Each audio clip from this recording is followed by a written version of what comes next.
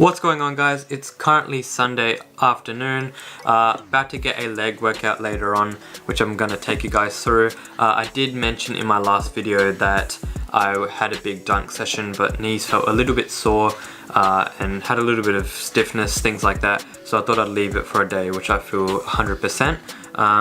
Back is also a little bit banged up from the pool workout yesterday. It's been about a month since I've deadlifted, so a little bit sore from that, and then also I got squats later on today, which I haven't done. I'm going to take you guys through the box squats, not the whole leg workout, and then I'm going to take you guys through some jumpers knee rehab and also some mobility. Mobility is something that I want to improve heaps.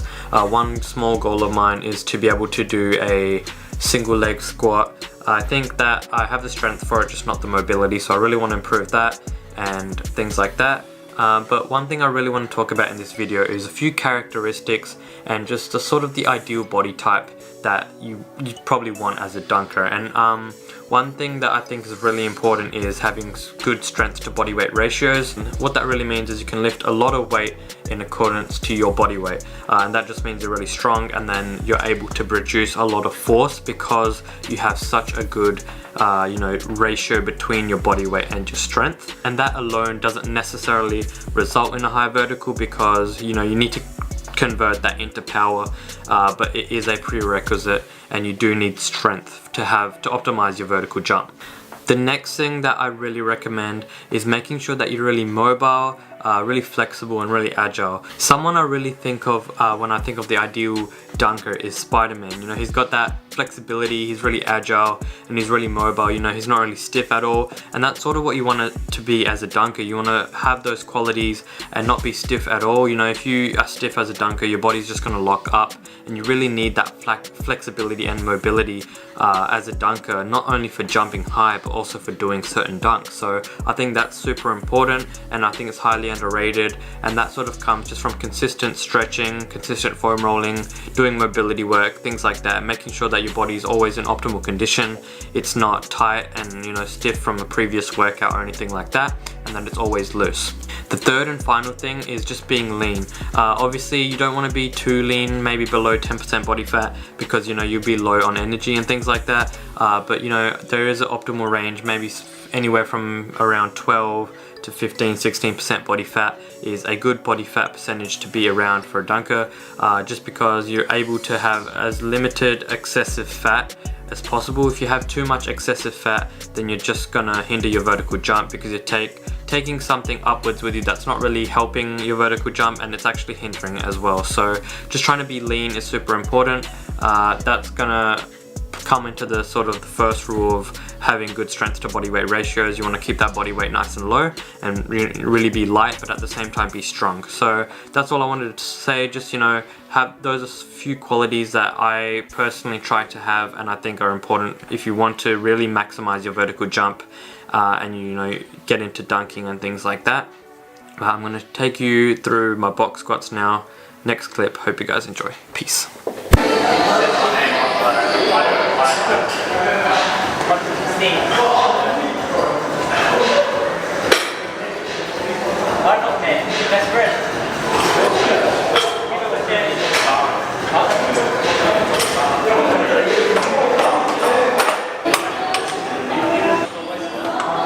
Alrighty guys, so finished the first warm-up set. I just did 60 kilos, so a plate each side. I did the bar before that. I always warm up with the bar no matter what lift it is, apart from deadlifts. I'll start with a plate each side. Now, first time obviously box squatting in over a month. Let's just see how we go. Knees are also a little bit sore because I did a dunk session earlier today. So we got 75 kilos on the bar, going for 3 sets of 8. So let's see how we go.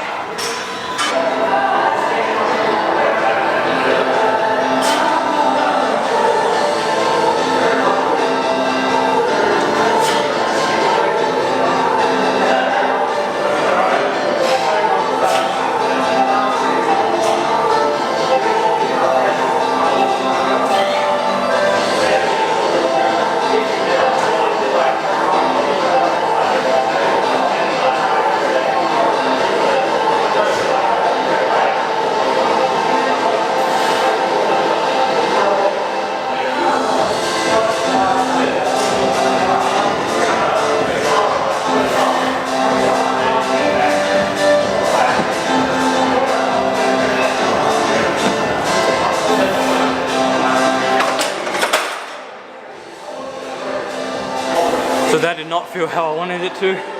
Super heavy, knees were super sore. Had to push through it like crazy. Oh man. Last time I did box I was only 60 kilos, so big jump. What I'm gonna do is lower it down by 5 kilos, drop down to 70, add a plate, just for a little bit less range of motion. Obviously the further the range of motion, the more stress it's going to put on your joints, knees included. So add a plate on the box, reduce the range of motion, reduce the weight by 5 kilos, and then go from there. If I feel okay from there, then I might move the weight back up.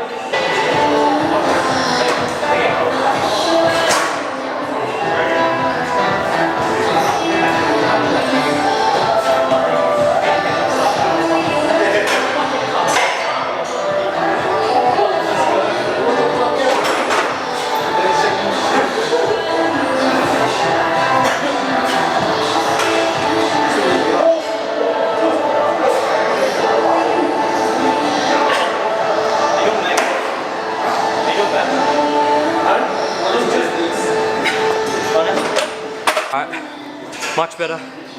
Drop the weight down, reduce the range of motion, knees went as sore. So I'm gonna bump it back up to 75. Keep the plate there though.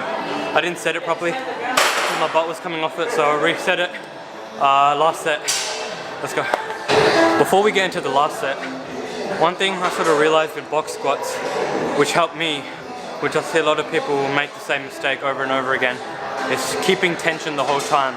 A lot of people, they'll stay tight, but as soon as their butt hits the box, they're gonna relax. So they'll come down tight and then they'll just relax their body. And their core is just gonna loosen up, and then it's gonna be harder for them to get out of that bottom position. So make sure you're staying tight the whole time. Your butt's sort of touching the box, you're not just sitting on it relaxing.